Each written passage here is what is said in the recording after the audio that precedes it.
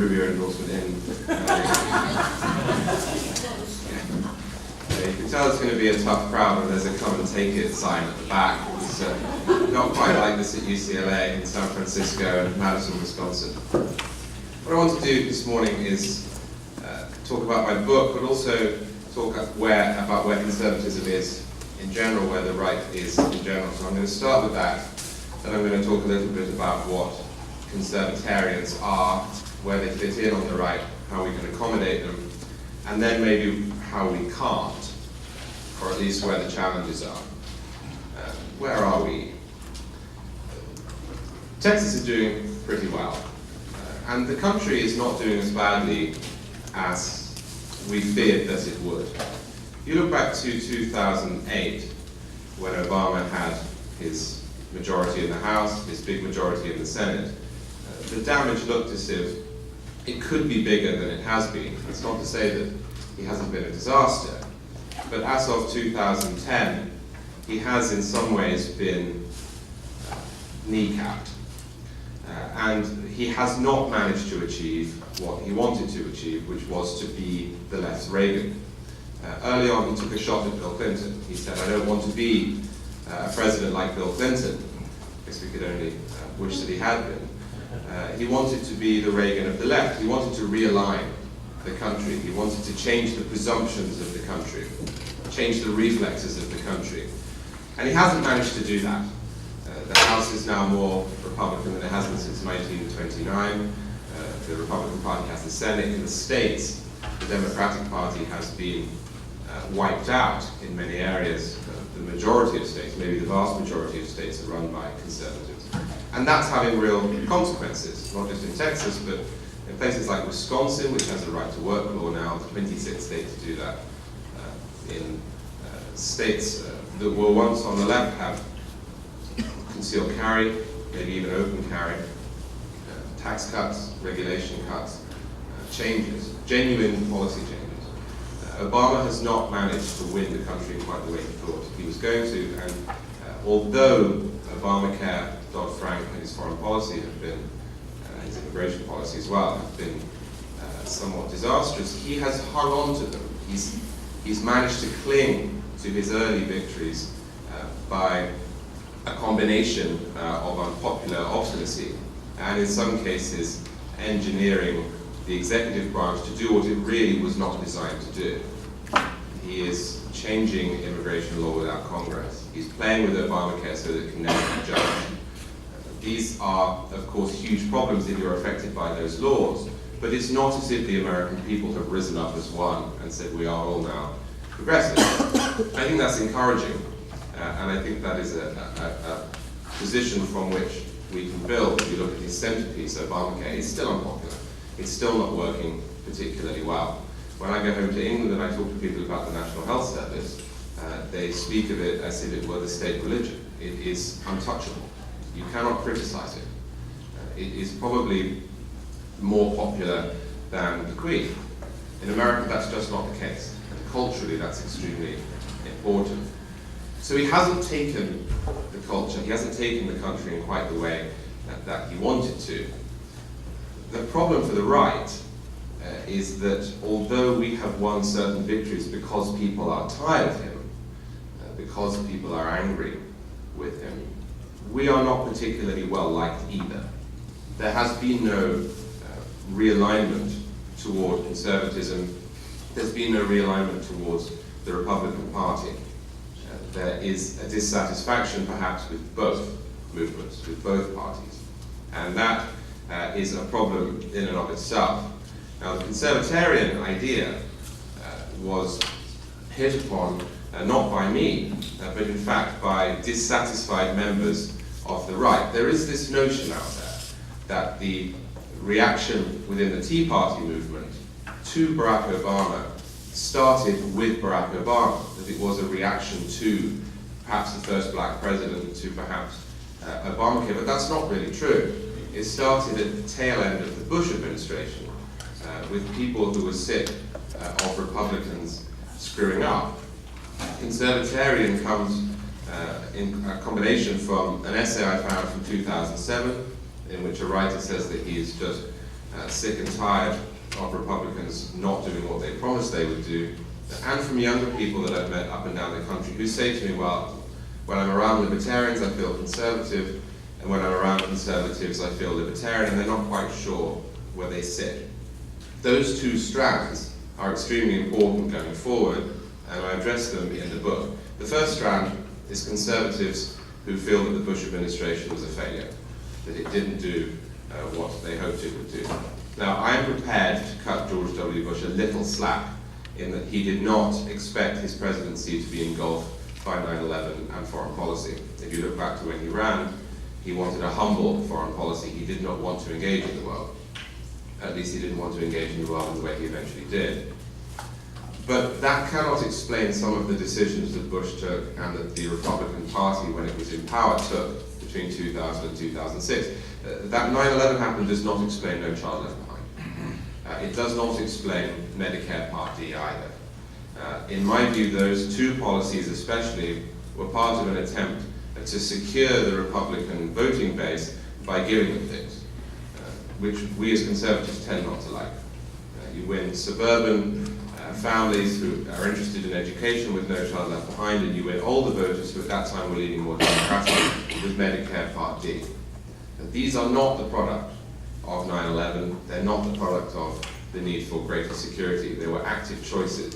And people on the right were unhappy with them. If you look at the reaction now to Common Law, you can see how far the right has shifted from where it was when No Child Left Behind went through. This Conservatarian idea came in part from that. People did not want to call themselves Republicans, they didn't want to call themselves Conservatives because they weren't sure what Conservatives or Republicans stood for. The second part of it, though, is generational. Now, regardless of what one thinks of the issues I'm about to mention, it is a fact that there is a pronounced divide between younger people and older people on certain social issues. On the question of gay marriage, younger Republicans and conservatives are in favor. On the question of marijuana legalization, younger conservatives and Republicans are in favor. And older Republicans are not. It's a clear split. Now on television, the pundits say, well, that means the Republican Party simply has to become more socially liberal. But that doesn't make a great deal of sense, given that a great deal of American voters vote for the Republican Party because they're socially conservative, because they disagree on gay marriage, marijuana. You can't really just jettison one part of your base, especially at the moment when we need every vote that we can get. I just want to make a quick note on social issues before I move on from that. The term social issues, I think, is a silly one. It is a way of bringing into a fold a good number of questions that really have nothing to do with one another, either intellectually or in terms of election. Abortion is a question of when is a life, how should it be protected, and by whom? The drug war is a question of should the market interpose itself, should the government interpose itself in the market for drugs? Should you be allowed to keep drugs, grow drugs, produce drugs, sell drugs, possess drugs, ingest drugs? And the question of gay marriage is which of civil society's institutions will the government recognize and in what form?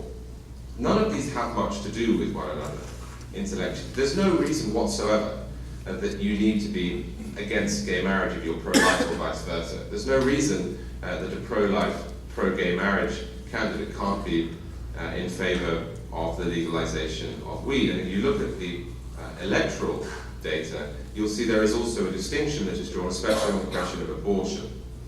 As I say, younger Americans are in favor of legalizing marijuana, and they are in favor of gay marriage, but they are more pro-life now than they have been for 20 years. In fact, my generation, I'm 30, is the most pro-life generation of them all except for the oldest, and it's more pro-life than it was. I think probably the availability of ultrasounds and the capacity of hospitals to keep children alive earlier and earlier is doing that. But whatever it is, this notion that, well, social issues just need to be changed within the Republican Party and then they'll start winning is a lot more complicated than it sounds. So the question for the right is, how do you combine a movement that is fighting generationally, that has libertarians that disagree with conservatives? How do you do that so that you can get up to that magical 51% number and win elections.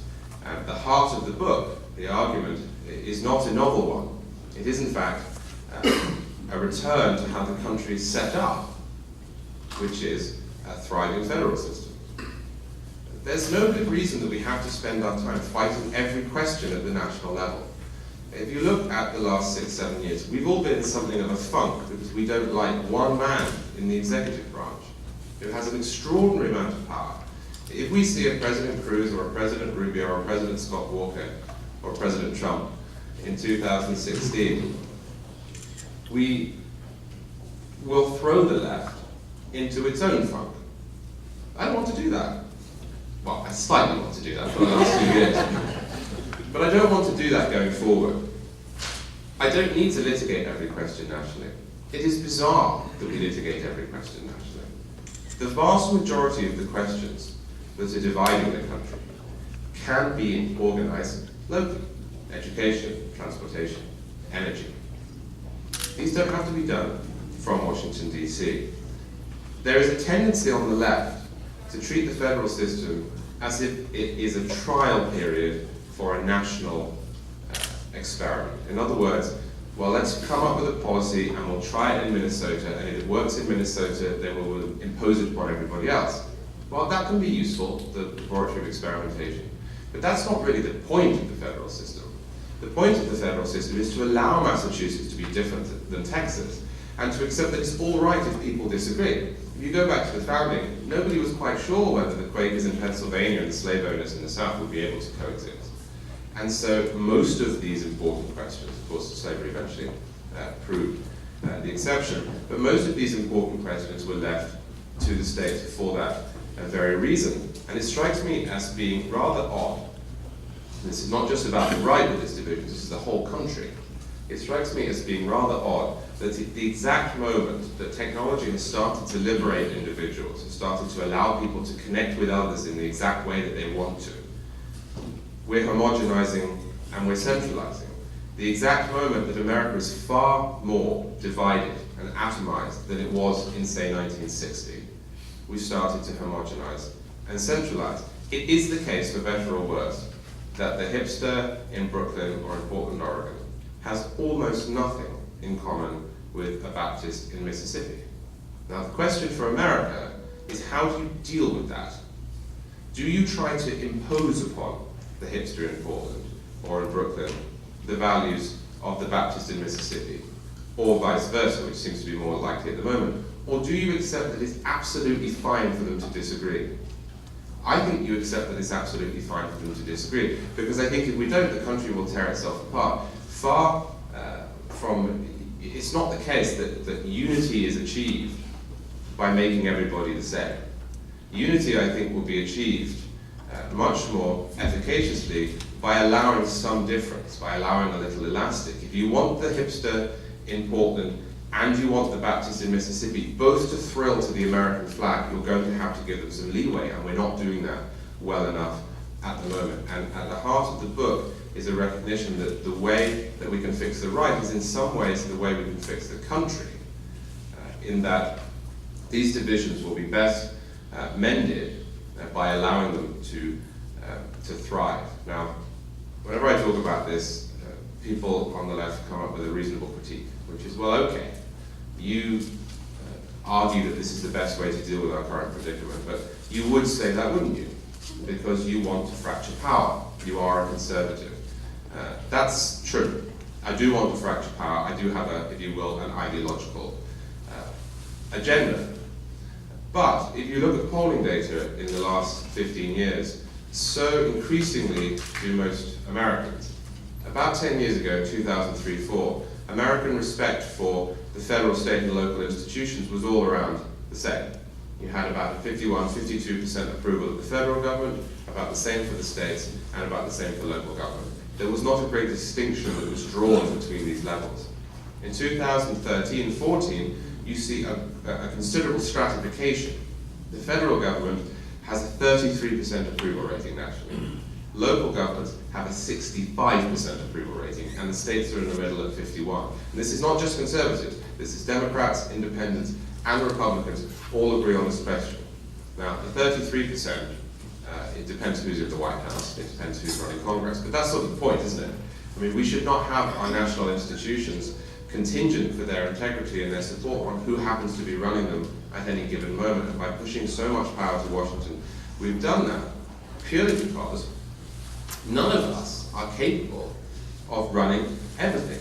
None of us is capable of voting for everything. I'm sure you're all very, very smart, but none of you knows how to run the entire country. And yet you are implied, you are implicated, I should say, every time you cast a vote, because when you cast a vote for a federal politician and he goes and regulates some industry you've never heard of, you are endorsing a policy that you've never comprehended and that you don't understand. There's no person in the world who can understand it. This is exactly what Alexis de Tocqueville was talking about in Democracy in America when he established not just that local government is better for those who live under it because they're closer to the consequences of their actions, but it's also better at making good citizens. Think about the average person who goes and votes for president and then looks at the consequences of their vote. There's just too much distance for them to understand exactly what they've done. There's too much spin for them to know who to blame. In a local community, if you get together and you vote maybe not to fund the schools or to fund the streetlights, but to build a massive 1 mile long chocolate orange cake, you will quickly realize that your children are stupid and that everybody is running into each other at night. You will see the consequences of your actions. We don't do that nationally. I think one of the reasons we have such a poor civic understanding, I read recently that 1/3 of Americans can name the 3 branches of government, is because people do not see any consequences to their vote. To have a government in the age of Uber and in the age of division that is asking us to make all of our decisions through it in the center strikes me as being folly. That is the heart of the book, and I think the way in which the Conservatarians, who sit somewhere between the traditional conservatives and the libertarians, can coexist. There is, of course, an obvious objection to this, and I just want to address that. And that is that not everything can be done locally, and therefore there will still be some fights. That is, of course, absolutely correct, and that's always been correct. If you go back to the mid-19th century, at which point almost everything was run locally, there were still raging debates over national policies, the tariff, slavery, to an extent foreign policy. And that will be the case now. In that case, we are going to have a couple of very important fights, not just on the right, but in the country at large.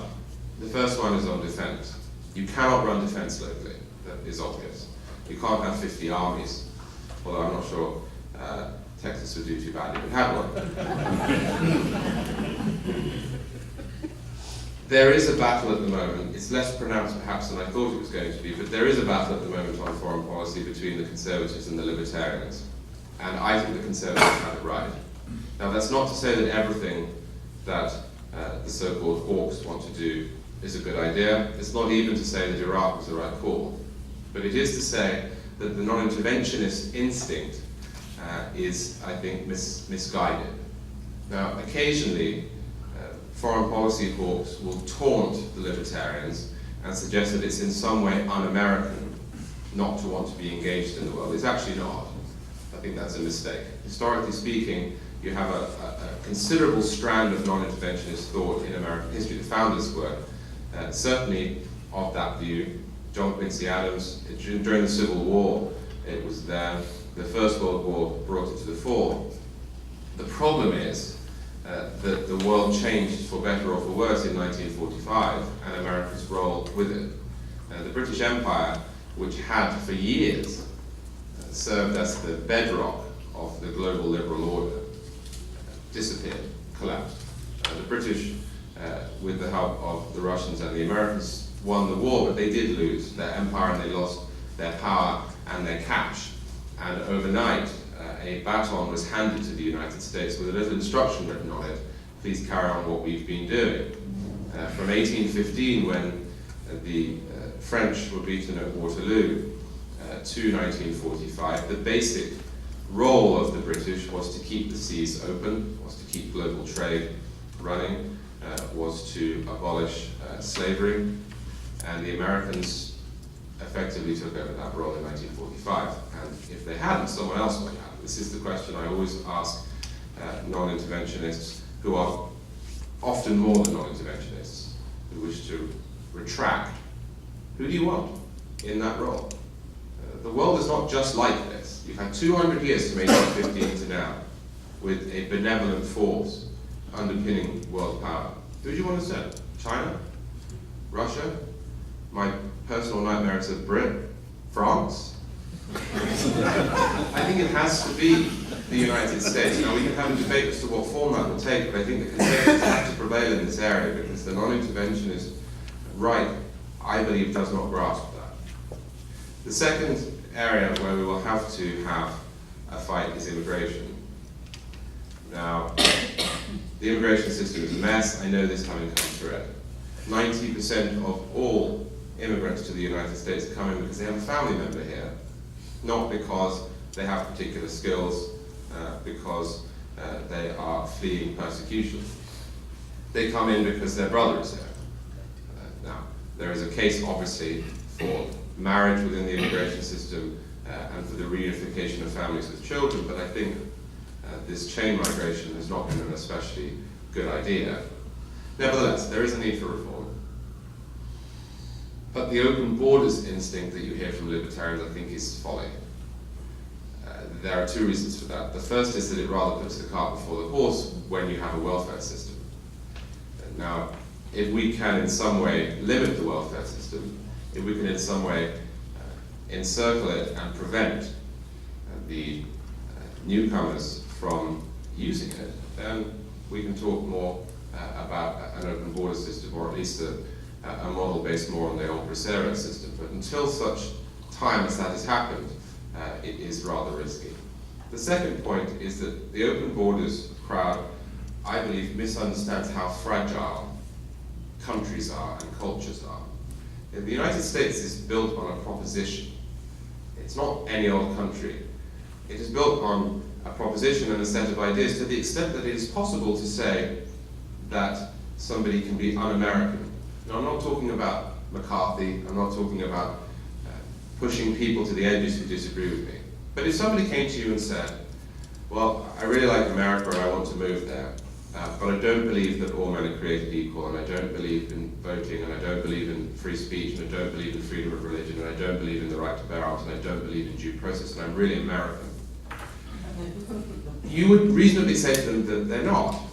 And that's because becoming American is in some ways like becoming a Catholic or religious. It doesn't matter who you are, it doesn't matter what your skin color is, you just have to buy the basic tenets and assimilate yourself into them.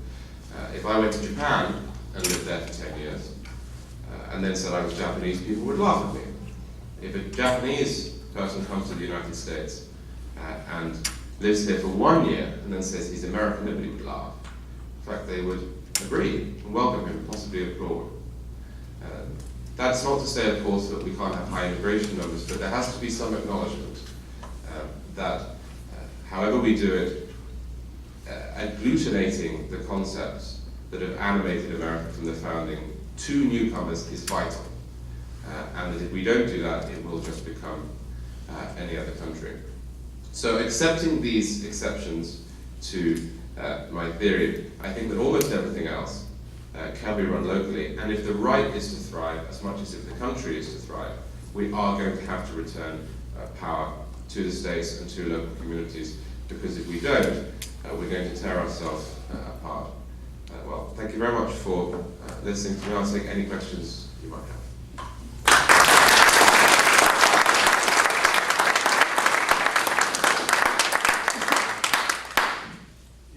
One thing, first, thank you so much. One thing that's always frustrated me about I'll call it the right, is, it's got to be this way. We can't do it a piece at a time. And typically, we've gotten into the mess we're in by inches, compromise, etc. You can't get out instantly. And so, how do you accommodate that? Because, you know, somebody looks at this and says, great, I want to do it, but just this way. And we don't seem to be able to handle that, hey, if you're in Mississippi and you're in New Jersey, fine, right? But that's the same idea of how do we get back to where we are. It's not going to be one big burst, it's a piece at a time. And how do we kind of get, I'll say, the non-Democrats to understand, look, you're not going to get it all back. You let yourself get into this mess over about 40 years, since 1965, give or take a little bit. I guess that's 50 now. How do you get back? And that's a frustration to me with when I listen to anybody from, I'll say, the Republican or particularly the Conservatives. Yeah, it's going to be tough. It's going to be a very long process. Conservatives tend to do well in two circumstances. The first is when everything goes to hell. Conservatives are often there to mop up the mess. If you look at the victory, say, Mrs. Thatcher in England in 1979, she did not win because overnight the British had become fans of Hayek. She did not win because there had been a sea change in the British ideological mood. She won because there were bodies piling up in the street and the trash hadn't been collected, and it took 3 months to get a telephone from the nationalised telephone company. That was the proximate cause of her victory. Now, once she was in, she started to change the country, but she didn't win the argument at the outset, and nor, for that matter, did President Reagan. Possibly he did in 1984, but in 1980 there was, nobody said, oh, well, I'm voting for this Reagan revolution. He was better than the other guy was an embarrassment. So the failure, as I mentioned at the outset of my talk, the failure of the Obama administration has put Conservatives in a good position in many places. But that doesn't mean we've won the argument. Nevertheless, that does mean that we hold that power. That's important. The second point I would make is that the change that I'm hoping will come about in this book is not going to come about because the next president voluntarily relinquishes power. That's not going to happen. It's not going to happen for two reasons. Firstly, because men tend not to do that. When I say men, I don't mean as opposed to women, I mean mankind. Human beings do not relinquish power voluntarily, whatever they say they're going to do. Certainly not to the extent that I'm discussing. What they do, however, is they react to changes from below. And the changes that I'm talking about do exist, just not quite on the scale that we want yet. For example, it needs to be made clear to progressives in Colorado and in Washington State that their victories in their marijuana reforms are intact only because Loretta Lynch and formerly Eric Holder didn't wake up this morning and decide to go in with federal power to stop them. Likewise, in Texas, the reaction to the Medicaid expansion is going to inform the way in which Republicans run for president. I don't know what the next Republican president or next Republican candidate will think in his heart about Medicaid expansion, about Obamacare, but if he wants the votes of people here and in a good many of the states, he's going to have to decline to push Medicaid expansion because there is a feeling within Texas and other states that they don't want it. So I think how do you get back? Well, very, very slowly, with a combination of the other side screwing up, which of course they always will, because they believe that human nature is changeable and that they are omnipotent, and a change within the way people see politics that is happening because of social change, the internet, the atomization of society, and so forth. I think most of us agree with your thesis that all of these social issues are not related intellectually. They divide us.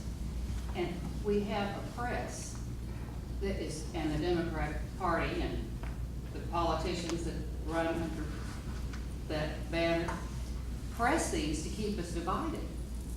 How do we unite? How do we suppress this attempt to keep us divided? Because I have fundamentalist friends who have issues that they're single issues, but the press they're easy to make fun of. Mm. And the same can be said on all of these issues. But how do the Republicans or the Libertarians or the Conservatarians, how can we combat that? Well, in some regards we can't, and that's why we need to have a greater division of our political boundaries. You cannot compromise